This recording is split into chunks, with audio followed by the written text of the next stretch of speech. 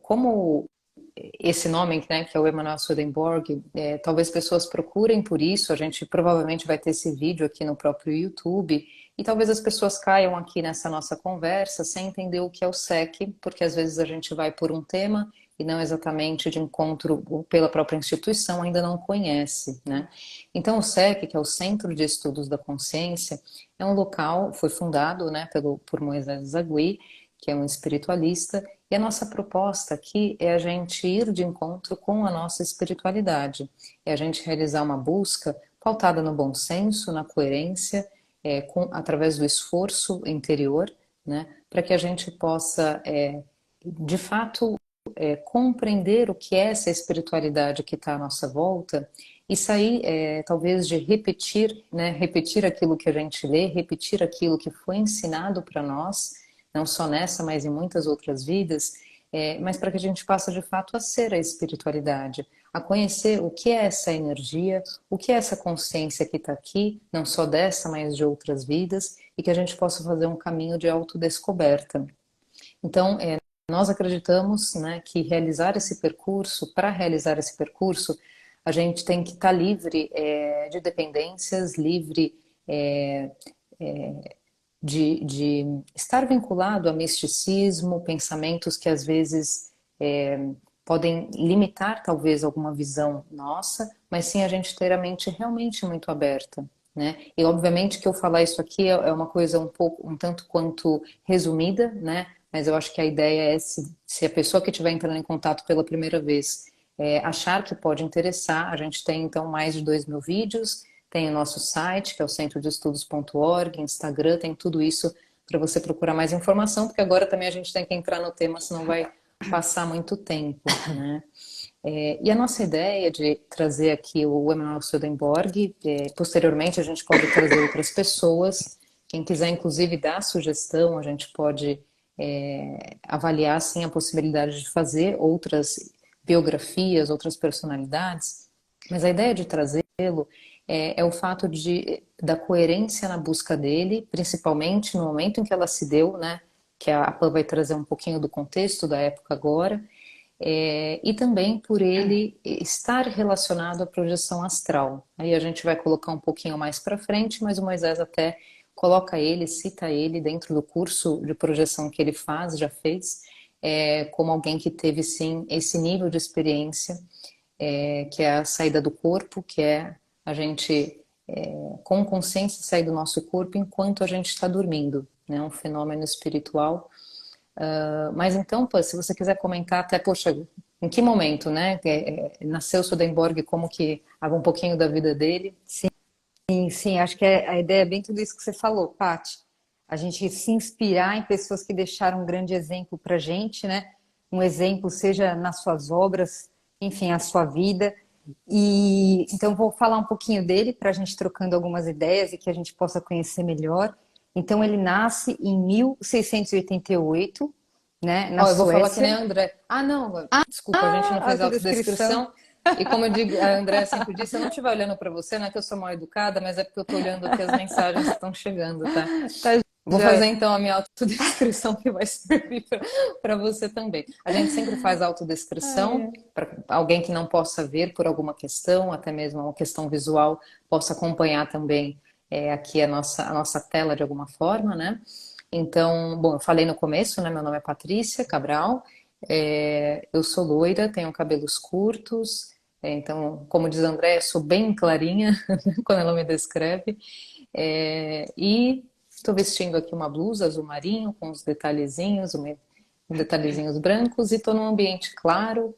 Tô geralmente nesse ambiente, né? Um ambiente claro com dois quadros no fundo. Tem olhos claros também. É, e se você quiser falar de você, pô, embora a gente seja um tanto quanto parecida, mas é melhor você cumprir a sua missão aqui. Olha, se eu fosse o Machado de Assis, eu faria uma descrição melhor, mas ela vai ser parecida com a sua, tá? Aqui no meu fundo também tem o cabelo curto, a pele clara, olhos claros, né? No meu fundo aqui tem uma janela com uma cortina muito simpática, que é branca, com florzinhas amarelas, né? E esse aqui é o meu ambiente, o que vocês conseguem ver aqui do ambiente. E eu acho que basicamente da autodescrição é isso, realmente é bem semelhante. Agora, isso só Voltando para o para Swedenborg. voltando, antes que eu esqueça, vai, eu vou falar isso, que a Andrea falou, a Pan vai cantar, tá, no domingo, é verdade. Nós aqui no Mosteiro temos uma banda, né, Paty, chamada My Sweet Sim. Lord, em homenagem a uma música do George Harrison, na verdade, e vocês vão poder conhecer aí um trabalho que a gente está fazendo. Então eu quis falar para falar um pouquinho de todos aqui, né? E agora eu juro que eu volto para o Swedenborg para que dê tempo, né? Mas Sim. enfim, então o Swedenborg ele nasceu na Suécia, em Estocolmo, em 1688. Teve uma vida até que longa, porque ele viveu 84 anos, então para aquele período, 84 anos, isso é muito Nossa. bom, né? E ele nasceu numa família bem religiosa. O pai dele era um pastor da igreja luterana e era uma família que realmente tinha bastante influência na sua comunidade, né? Tanto que quando o pai de Swedenborg falece, mas ele vai falecer, o Swedenborg já é bem mais velho, não era criança nem nada, a rainha eleva àquela família o título de nobreza como uma homenagem, né? Mudando o final do nome deles, porque é como se fosse, eu não lembro agora ao certo, era tipo Swedenberg e virou Swedenborg, era mudando essa terminação para indicar essa questão do status, né, de nobreza. E isso também permitiu a ele grandes ações em relação à comunidade, porque deu para ele uma cadeira no parlamento. A cadeira no parlamento ela é sempre dada para aquele que é o primeiro filho da família, e no caso ele era o primogênito. Então ele pôde trabalhar muito em prol ali da comunidade, fazendo diversas coisas. Mas além dessa breve introdução, uma coisa que é importante da gente falar é que ele cresceu num meio onde o conhecimento era muito valorizado, porque o pai dele também era um professor dentro da universidade, ele era um acadêmico, né? Então, Swedenborg, desde os 9 anos, ele está frequentando esse ambiente, entrando em contato com diferentes ideias. Mas é lógico que só um ambiente não faz uma pessoa e nenhuma consciência, né? E sim o seu próprio esforço. Então, o Swedenborg ele vai acabar migrando, não vou dizer migrando, ele vai se dedicar a diferentes áreas do conhecimento, e ele é aquele tipo de pessoa que a gente pode chamar de um polímata, que é aquele que tem um conhecimento avançado em diferentes áreas do conhecimento, e um grande exemplo disso é o Não é um próprio. leitor de várias áreas do conhecimento, é realmente É, ele tem profundidade, né? exato, exato. Como Leonardo da Vinci, que aí fica um exemplo bem claro, né, Paty? Se você pensa em Leonardo Uhum. da Vinci, você fala, ele construiu desde máquinas para voar, submarinos, pintura, anatomia, aí você consegue ter uma ideia um pouco maior daquilo que ele fez, né?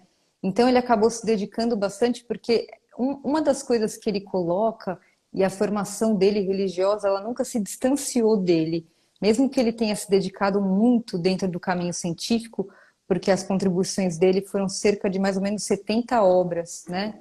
E dessas 70 obras, inclusive, elas foram escritas em latim, que era a língua na época mais utilizada, né? Mesmo que ele tenha, como que eu vou dizer, que ele tenha se dedicado muito à ciência, ele nunca se desconectou da espiritualidade. Muito pelo contrário, dentro dele, a ciência e a leitura do mundo era uma forma de você entender essa obra divina que é o próprio plano físico, né? E até eu deixei aqui separado uma frase dele só para ilustrar isso, que ele fala assim: fui apresentado às ciências materiais e as estudei por 30 anos. Assim, eu estava preparado para entender as coisas que estão profundamente ocultas no homem e servir como um instrumento para desnudá-las, né? Então, essa coisa de que o conhecimento e a realidade que nos cerca, a gente tem que ir um pouco mais a fundo nela para entender realmente um pouco mais a vida. Ele não ficou nessa coisa mais do aparente ou de qualquer ideia superficial. Ele realmente foi se debruçando sobre cada área. E só para a gente ter uma ideia, né, ele estudou desde geologia, biologia, astronomia, psicologia, teologia e mais outras 15 áreas do saber, né? Uhum. Isso é muita coisa. Não é o fato da gente cultuar nenhum título, porque eu acho que essa não é a ideia, Mas aí você fala, puxa, existia aí muito empenho, existia aí muito trabalho. E a vida dele, a forma como ele foi se constituindo, é que vão se tornar para a gente aí um grande exemplo. Eu não sei se você queria até falar daquela questão das nebulosas, ou você queria falar disso daí depois. Ah, não, é que a gente tinha separado, dentre descobertas, ou teorias, né? Diversas, contribuições que ele fez, a gente tinha até separado algumas. Deixa eu só olhar aqui, Pan, porque Tá, dentro enquanto isso eu posso. disso, quanto político, inventor, filósofo, teólogo, enfim, a gente colocou algumas coisas. Tinha aqui, né? Bom, primeiro que ele tinha feito um esboço de uma máquina de voar, que na época não foi colocada em prática, mas depois eles viram que perfeitamente tudo que ele colocou teria sido considerado o primeiro avião, Uhum. né? Máquina de voar, num termo assim bem. Então eu achei isso bem interessante. Na verdade, ele foi inventor de várias coisas, né? Dessa parte mais mecânica. E Na eu regi... coloquei aqui, ó. Descobridor pioneiro, foi o primeiro a propor a hipótese nebular da criação do universo, meio século antes de Kant e Laplace. Ele também fez descobertas na área da medicina, enfim, mas pode falar. Não, era só para concluir, pelo menos essa parte científica, só para o pessoal entender um pouquinho da grandiosidade daquilo que a gente está querendo dizer em termos do que ele contribuiu, né? Porque Uhum, muitas vezes você faz um grande trabalho, depois um trabalho é descobrirem o seu trabalho, né? Então, para uhum, vocês terem uma ideia, ele fez grandes contribuições na área médica, mas apenas em 1968, depois de algumas traduções, porque muitas coisas estavam em latim, até ir para o inglês, enfim. Então, a American Medical Association, ela reconheceu, né, o Swedenborg como alguém pioneiro nas pesquisas da área da medicina, né? Como, por exemplo, a descoberta do movimento regular do cérebro, ou mesmo, como se chama? Do sistema endócrino, funcionamento do sistema endócrino e outras coisas. Então, citando essas coisas, porque a nossa ideia não é ficar tanto nisso, né, Paty? É mais para que uhum. a gente consiga ter uma ideia, um apanhado geral. Tá, quando a gente fala que uma pessoa deu grandes contribuições, pensando nessa sequência física, material, o que está sendo falado nesses termos? Então, E só, pode... assim, só fazendo um link, né, para a gente puxar para o nosso dia a dia, cada um aqui tem uma idade, a gente pode se perguntar, né, na fase atual que eu tô, poxa, qual foi a minha contribuição? Se a gente pensar que a gente tem um propósito maior, eu acredito que todos que estejam aqui tenham talvez essa ideia de um propósito maior e de não ter uma vida só para si. Qual foi a minha contribuição para esse maior, para o coletivo? Né? E por Uhum. que não falar mesmo em termos planetários, nessa casa que nós habitamos, qual foi a minha contribuição, né? Não só às vezes de ajudar o outro quanto indivíduo, mas também nesse trazer conhecimento, porque todos nós somos potenciais produtores de conhecimento. Para isso, basicamente, dentre outras coisas que a gente está aqui, que é você, dentro da sua relação com o mundo, produzir coisas, né? Uhum. E nesse tempo de vida que eu tenho, se eu tenho 30, se eu tenho 50, 70 anos, não importa, qual foi a minha produção, né? E aí quando a gente olha para uma pessoa que porque quando ele tinha 50 e poucos anos, dentro daquela experiência que a gente vai citar, ele já tinha produzido boa parte de tudo isso daqui que a Uhum. gente citou, né? Nessas tantas áreas aí do saber, mais de 20. E você falou assim, caramba, talvez eu não tenha conseguido trazer contribuição nem mesmo para uma área. E uma pessoa fez um percurso ao ponto de conseguir trazer contribuições em inúmeras, mais de 20 áreas, Uhum. de falar 9 línguas, né? Ele era um poliglota também. Inclusive, uma curiosidade, eu não acho que a gente tem às vezes que pegar coisas e transformar em títulos também, mas ele também era vegetariano e eu acho que de alguma forma é, é uma coisa para a gente refletir, porque naquela época você ter essa posição, você tem de fato um pensamento diferente, né? Não é uma coisa com certeza que fosse comum, creio eu. Então, para a gente trazer, porque quando a gente está tão bombardeado de informações no nosso dia a dia, na nossa vida, que tudo a gente vai só absorvendo, ou absorvendo, a gente acha que absorve, né? A gente vai só recebendo informação, e aí dentro de nós a gente vai só, ok, ok, legal isso, né? Ah, legal isso daí, ah, essa pessoa fez isso, bacana. Você recebe aquela notícia, recebe essa e aquela informação. E você chega a um ponto que você deixa de interiorizar as coisas e fazer o processo que é o processo da reflexão. Então, quando você vê uma pessoa que fez tudo o que fez, como por exemplo ele, é, dentro desse processo de bombardeamento que a gente vive, a gente acaba uma live aqui e fala assim: ah, legalzinho é esse cara, né? E você fecha os olhos e você esqueceu de tudo. E eu acho que a nossa vida, como o que a gente está falando aqui é trazer a consciência, é de que forma isso que eu estou entrando em contato, ou isso que essa pessoa fez, traz reflexões para eu rever a minha própria vida, para ver que talvez eu possa fazer mais, para ver que talvez eu esteja indo um pouco devagar, não sei, pode ser que sim, pode ser que não, né? Mas enfim, só para a gente estar atento com tudo que pode servir, né? Servir a nossa vida.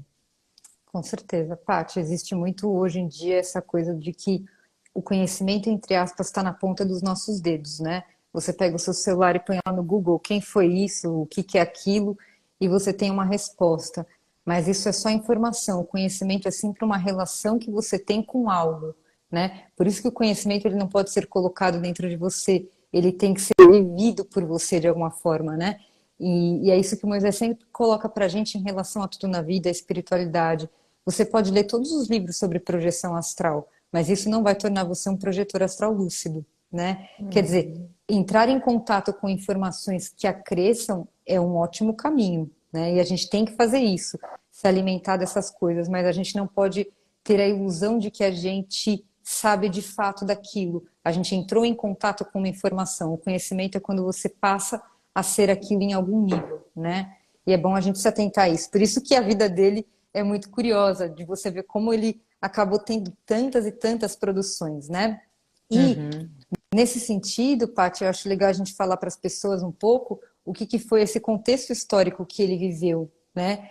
Porque é um momento em que existe ali uma valorização do pensamento científico, quer dizer, a religião ou Deus, tudo bem, ela explica, mas ela também traz muita mística, ela limita, então existe ali uma valorização da razão, né?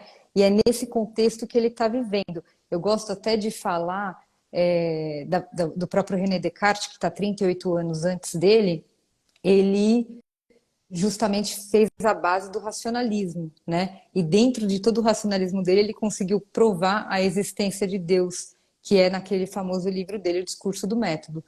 Mas é interessante falar disso porque assim é um momento em que a razão é uma coisa tão valorizada e tão valorizada que mesmo ele indo no caminho da ciência que está se formando esse pensamento científico como a gente vai estar conhecendo hoje, não é a mesma coisa com certeza, mas ele não deixa de tirar o olhar para a espiritualidade, que foi aquele trecho que eu li para vocês, né?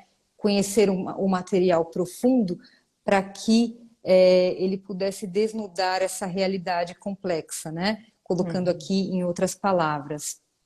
Por isso que é muito importante a gente pensar que cada pessoa, você e eu, e cada um que está assistindo, é sempre fruto do seu próprio contexto histórico, né? Eu poderia ser assim uma consciência evoluída avançadíssima. Não sou, não me confundam, mas digamos que, né? Você tem uma consciência evoluída avançadíssima, ótimo. Mas ela vai ter que falar na língua daqueles que estão no entorno dela, né? É como você ser um PhD em alguma coisa e você está conversando com uma criança de 2 anos. Como é que você vai conversar com uma criança de 2 anos? Você tem que percebê-la para conversar com ela, para fazer comunicação, para que tenha essa comunicação. Então, assim, é muito interessante porque a verdade, como eu venho assim, a gente vem aprendendo muita coisa aqui no SEC, eu fico pensando que a verdade, ela é um caminho bem sinuoso, né? E que várias consciências que vêm passando pela Terra vão fazendo esse caminho muito aos poucos, porque não é o fato, não estou dizendo, tá, que o Swedenborg é evoluído, é só um exemplo para a gente pensar que se uma consciência ela pode trazer para a gente muitas informações, ela está sempre presa ao seu próprio contexto histórico, né? Ela nunca vai poder falar coisas que sejam muito além, porque mesmo quando ela fala, ela vai sofrer ali as consequências daquilo que não pode ser entendido. E aí eu trago essa reflexão para a gente pensar a própria situação do Giordano Bruno, né? O Giordano Bruno, naquela época, ele falou uma série de coisas que realmente foram contra os princípios da igreja, por exemplo. E por mais que ele tenha trazido grandes contribuições, naquela época elas não podiam ser entendidas. Então ele foi queimado, né? Então Sim. a gente pensar assim, puxa, eu tô lendo aqui isso daqui, mas esse cara falou umas coisas meio místicas, esse outro aqui falou umas coisas meio estranhas, isso aqui deve estar tudo errado. Você tem que ler sempre ou buscar aprender sobre aquela vida ou sobre aquele pensamento que você tem interesse dentro do contexto que ele nasceu, porque aí você tem mais chances de tirar mais informações, né? Uhum. Não sei o que que você acha disso, Sorella. Não, com certeza. A gente, eu acho que vai comentar agora um pouco até desse contato da vida espiritual dele, e aí os termos que ele usa, os caminhos que ele usa para explicar algumas coisas é dentro, com certeza, do que as pessoas naquela época queriam entender, né? Que é o que você está falando agora. Você até comentou, né, com relação a essa parte que você viu da infância dele Uhum, ver espíritos, dele interagir com espíritos, né? Eu acho que é legal comentar sim, isso e para fazer esse percurso as pessoas entenderem sim, como era a vida sim. dele, né? Sim, realmente, gente, o tempo passa muito rápido. A vontade que dá é de falar tantas coisas, né? Mas a gente vai ter que Uhum. ser olhando, né? E recortando aqui para tentar passar um panorama geral. Olha, vamos falar de, sei lá, das suas próprias contribuições espirituais. Realmente, desde quando ele era criança, os pais dele relataram que ele estava no jardim brincando, né? E que ele tinha companheiros ali. Ele estava no jardim, voltava ali para os pais e falava: Ó, eu estava conversando tal e tal coisa com tais pessoas, e elas falaram isso e isso para mim. Aí os pais, ali o que o autor colocou foi que os pais só relataram que eram ideias muito complexas, né, que não tinham a ver com uma criança, as coisas que eles traziam e que muitas vezes deixavam os pais de boca aberta. Uma outra informação que também é interessante é que com 4 anos de idade ele já pensava sobre as questões existenciais, sobre o sentido da vida, por exemplo. Aí você fala, com 4 anos eu ainda estava mamando, mas o Swedenborg já estava filosofando, né? É. Ai, ai, Gente, ai. é demais, né? 4 anos é muito pouco. Muito pouco, não, com certeza. E assim, o que que ele vai falar é que quando ele tinha. Ele se debruça então sobre essa coisa da ciência bastante, se dedica muito, fez grandes contribuições. E uma das ideias dele, quando ele estudou anatomia, era que ele pudesse descobrir onde estava a alma, né? Como a gente falou aqui atrás para vocês, essa ideia do pensamento científico a gente está num momento em que o mundo tudo podia ser medido, tudo pode ser entendido. Então a gente precisa dos elementos para justamente descobrir o porquê, aonde residia a alma, por exemplo, né? E aqui no caso do Swedenborg, ele vai se debruçar, estudar muito, produzir bastante, relatos de que ele ficava dias assim fazendo trabalhos, né? E uma determinada noite, eu até separei um trecho aqui para poder ler para vocês. Ele estava em Londres, ele tinha acabado de jantar. Deixa eu olhar o horário aqui, tudo bem. Aí eu vou ler esse trechinho que ele é bem, bem curtinho nas palavras do próprio Swedenborg, né? Eu estava em Londres e jantava muito tarde, na minha modesta hospedaria, onde havia reservado um quarto, a fim de ter liberdade de meditar à vontade. Senti fome e comia com muito apetite. Depois da refeição, percebi que uma espécie de névoa se espalhava ante os meus olhos e vi o assoalho do meu quarto coberto de répteis horríveis, tais como serpentes, sapos, lagartos e outros. Sentia-me tomado de espanto à medida que aumentavam as trevas. Então vi claramente um homem em meio a uma luz viva e radiante, sentado no canto da sala. Bom, e esse homem disse: Não comas tanto, né? Aqui o Swedenborg ele vai descrevendo com muito mais detalhes, mas uma das coisas que estudiosos da obra dele relatam é que não tinha a ver necessariamente, apesar de ser muito simbólico, ele estava jantando, né, com o fato dele estar jantando em demasia, mas que ele estava se alimentando demais da ciência. E o fato dele se alimentar demais da ciência estava fazendo com que ele não estivesse se conduzindo exatamente para o caminho que ele deveria. Então é nesse momento que ele tem como uma revelação em que ele diz, e aí, né, Paty, não sei se quiser comentar, mas é aquela história. Ele diz que é nesse momento que se abre as portas do céu e do inferno, no sentido de que ele vê o plano espiritual, aquilo que era bom e aquilo que não era bom o tempo todo.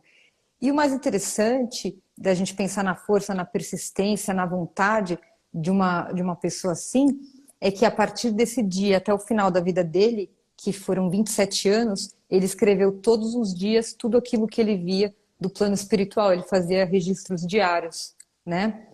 Tanto dessas visões, dessa interação que ele tinha com o plano espiritual, e tanto dos sonhos dele, o que é algo muito curioso, porque não se tinha esse costume de registro de sonhos. O Jung e o Freud vão vir muitos e muitos anos depois, quase 200 anos e poucos depois, 150, por é, aí. é por aí, porque aqui ele morre em 1700, deixa eu ver, ele morre em 1772, né? Então, quer dizer, ele já estava trazendo aí outros elementos também que seriam bem interessantes de você usar os seus sonhos como um instrumento para se conhecer e algo também de comunicação com o próprio plano espiritual. Não sei se você queria comentar alguma coisa dessa parte ou não, no sentido de que, assim, será que essas portas foram abertas nesse dia? Será que foi exatamente assim que aconteceu? Não, né? Uhum. É muito comum, né? Para uma pessoa que vai fazer, vai realizar um papel espiritual significativo, ela ter um marco, né? Então ela vai tendo a vida dela ali, da forma que ela constitui, mas em um determinado momento ela tem uma experiência muito marcante, e a partir daquilo ela se volta completamente ou principalmente para a espiritualidade. E aí eu achei interessante porque dentro da história do que ele traz foi o que aconteceu com ele. Ele já tinha assim percepção, já tinha. Me lembrei até da história do Moisés. Na verdade, a vida dele foi muito a espiritualidade, mas esse próprio vídeo que foi trazido, né, há pouco tempo, que é aquele bate-papo dele com o Jorge, o encontro com aquelas consciências foi um momento marcante na vida dele, dele se voltar para a assistencialidade, para o trabalho que ele veio fazer. E aí me lembrei disso, inclusive. Então, com certeza, eu acredito que tem seja esse marco, né, o que ele trouxe. Uhum. Eu vou falar aqui, Sorella, se você quiser depois pensar, puxa, vamos falar mais tais coisas só porque eu tô olhando, tem 5 minutos? Que é isso? Não, O fica à tempo vontade. voa, mas assim, eu acho. Esse é um dos. Ah, tá. Esse foi então o princípio, foi a mudança, né, de rumo da vida dele. E até achei que você estava começando a trazer uma das histórias, porque ele tem três principais histórias, três Sim, relatos que são bem conhecidos, são os mais conhecidos. Pode falar você aí. sim, eu vou falar deles. É que eu estava olhando o tempo. Não, Estou me sentindo fica agora William tranquilo. Bonner em Jornal Nacional. Mas é o seguinte, na verdade, sim, tem três histórias que são bem marcantes. Uma é com a rainha Úrica, né? Úrica, não sei exatamente a pronúncia, mas assim, eles tinham uma relação próxima e o irmão dela havia falecido, né? Porque esses todos são histórias agora que a gente está trazendo que foram até comprovadas e pesquisadas por terceiros, tá? O próprio Immanuel Uhum. Kant da época, ele foi um dos caras que ficou atrás do Swedenborg pesquisando ele, querendo comprovar todos os fatos, tá? Mas o que aconteceu com a rainha Úrica é que o irmão dela havia falecido e naquela época o irmão dela era rei da Prússia e a Prússia e a Suécia não tinham uma boa relação diplomática, então eles se comunicavam, mas eles se comunicavam de forma secreta por cartas, ninguém sabia. Então, quando ele faleceu, ela perguntou: Olha, você tem notícias do meu irmão? E o Swedenborg falou: Não, mas se eu tiver algo, eu te aviso. Passado uma semana mais ou menos, o Swedenborg aparece, vai falar com ela e fala: Olha, ele falou que vai continuar te escrevendo cartas, né? E Uhum. ela ficou muito espantada, porque ela falou: Ninguém sabe que a gente trocava cartas porque era algo secreto. E após esse acontecimento, apareceu alguém que fala mais do que a Paty. Obrigada, Fernanda. E aí, após esse acontecimento, ele ainda vai escrever algumas cartas, digamos, psicografar, né? Ele vai escrever algumas cartas que o irmão manda uma mensagem diretamente para ela. Então, esse daí também foi uma dos fenômenos, digamos assim, espirituais, né, das situações espirituais que foram também investigadas. Um outro que é um caso que é bem interessante de um joalheiro. Esse joalheiro, ele estava enfim, a esposa havia perdido seu marido, ela estava viúva, e esse joalheiro estava cobrando dela uma joia que o marido tinha dado para ela antes de falecer. Mas ela sabia que o marido tinha pago aquilo, mas ela não achava o comprovante. Ela procurou o Swedenborg, que o Swedenborg não fazia esse tipo de coisa, mas ela estava desesperada e foi pedir uma ajuda para ele. E aí ele respondeu para ela: Olha, seu marido disse que o comprovante está dentro da gaveta, de tal gaveta. Aí ela falou: Não tá, impossível, eu já procurei lá. E aí ele fala: Não, ele disse que essa gaveta tem um fundo falso, você tem que olhar no fundo falso. E ela não sabia, né? Aí ela olhou no fundo falso, pegou o recibo e levou para o joalheiro que já tinha recebido aquele valor, né? Então esse daí também é um outro caso bem particular. E um outro caso muito interessante que você quer contar esse daqui de Gotemburgo, Paty, do incêndio ou não? Pode ser, talvez você se lembre mais de Eu, detalhes, tá, eu posso, se você mas quiser eu posso falar, não, você que sabe. não posso comentar. Qualquer coisa Não então vai. você complementa. Tá, joia. Liguei aqui que não devia. Bom, ele estava em um jantar, eu acho que na corte, né, em Gotemburgo, e no momento que ele estava lá, ele começou a relatar para as pessoas um incêndio que estava ocorrendo a mais de 400 quilômetros de distância, na rua dele, inclusive, próximo à casa dele, e ele foi relatando tudo o que estava acontecendo. As pessoas, e aí, enfim, ele foi colocando detalhes, né? Ele falou: bom, agora o incêndio está em tal local, agora está a 3 portas da minha casa, né? E aí, 2 dias depois, porque a coisa é diferente, a velocidade naquela época, né? 2 dias depois que chegaram as notícias do que havia acontecido lá, e as pessoas relataram tanto quanto horário, quanto sequência, tudo que ele colocou, os detalhes, foi trazido exatamente da mesma forma, e ele estava enxergando tudo à distância e relatando na mesma hora em que acontecia, né? Para nós aqui que falamos de clarividência, projeção astral, de todo esse conteúdo, são itens que a gente sabe que são muito realizáveis, né? Mas, obviamente, que naquela época você ter pessoas que tinham esse nível avançado mesmo, de percepção e de capacidade de produção, de tudo isso que a gente trouxe, com certeza é algo que se destaca muito, né? E aí quem foi? Foi o Jean que comentou aqui. Nossa, parece que ele é a reencarnação do Da Vinci, né? Realmente, o, a quantidade de invenções que ele fez e de nível que ele tinha, né, em vários sentidos, a gente, claro, a gente tem que ter um cuidado para falar se qualquer consciência, quando ela produz alguma coisa, quando ela produz um pouco além do comum, do nosso comum, a gente pode tender a considerar que é uma consciência avançada. E aí aqui no SEC a gente fala de consciência avançada, consciências que realmente residem, né, atuam nos chakras superiores. Na minha humilde opinião, existe uma grande tendência que de fato ele fosse, ou no mínimo ele trabalhava muito bem os chakras superiores, podendo residir totalmente neles ou não, mas ele trabalhava muito bem, né? Porque não só porque ele conseguiu produzir áreas do saber, mas até o próprio foco da espiritualidade de tudo que ele trouxe. E a Uhum. coerência na proposta, né, que ele foi fazendo com todas as produções espirituais dele, uma certa coerência e de sair de um viés ali da igreja, mas de um maior questionamento.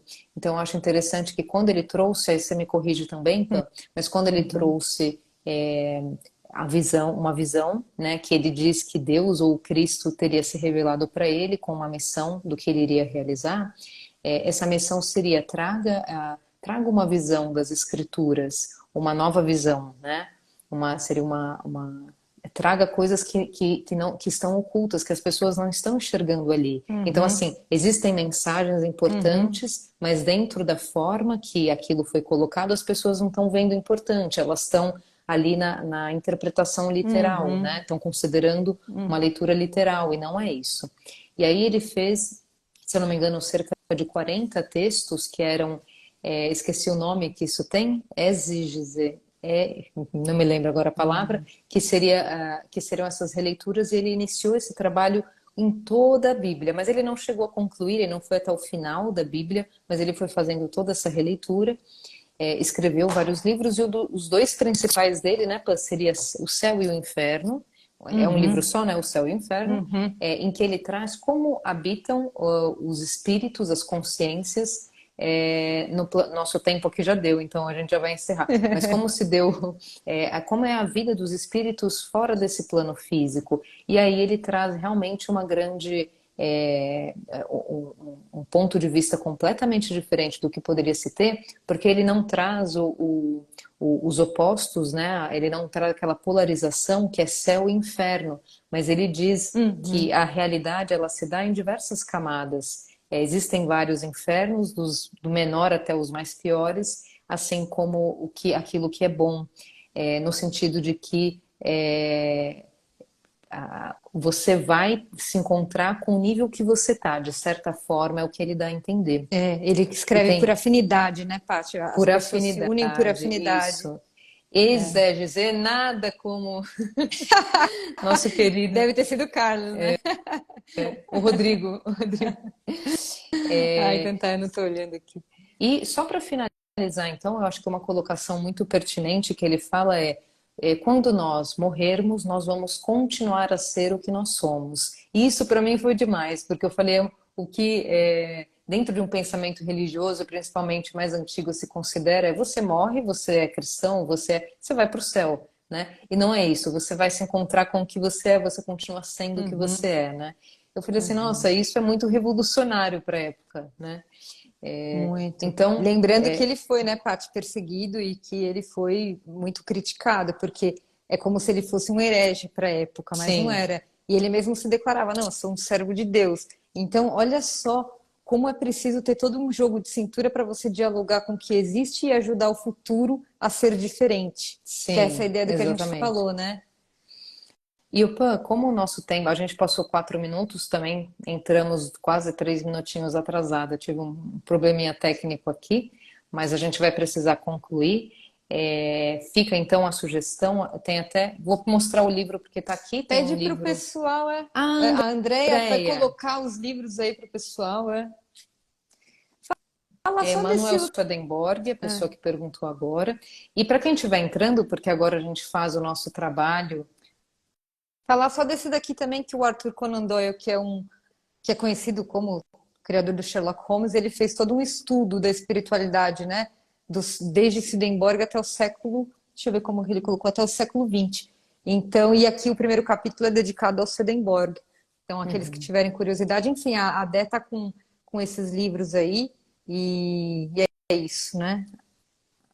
Aí a ideia era, eu acho que ela vai colocar aqui aqui no chat, né? É, Pessoal, a gente sempre faz então agora, no final, ela acabou de colocar. No final da live, a gente faz um trabalho de imposição de mãos, de doação de energia. É o trabalho que eu comentei no início, né? Do workshop que vai acontecer. Todos são convidados a participar, boa parte de vocês já sabem, mas a gente tem sempre que repetir para quem for aqui a primeira vez. Então, é um trabalho que a gente é conhecido por outros nomes também, como Reiki, passe, toque terapêutico. Então, a gente convida vocês a participarem com a gente.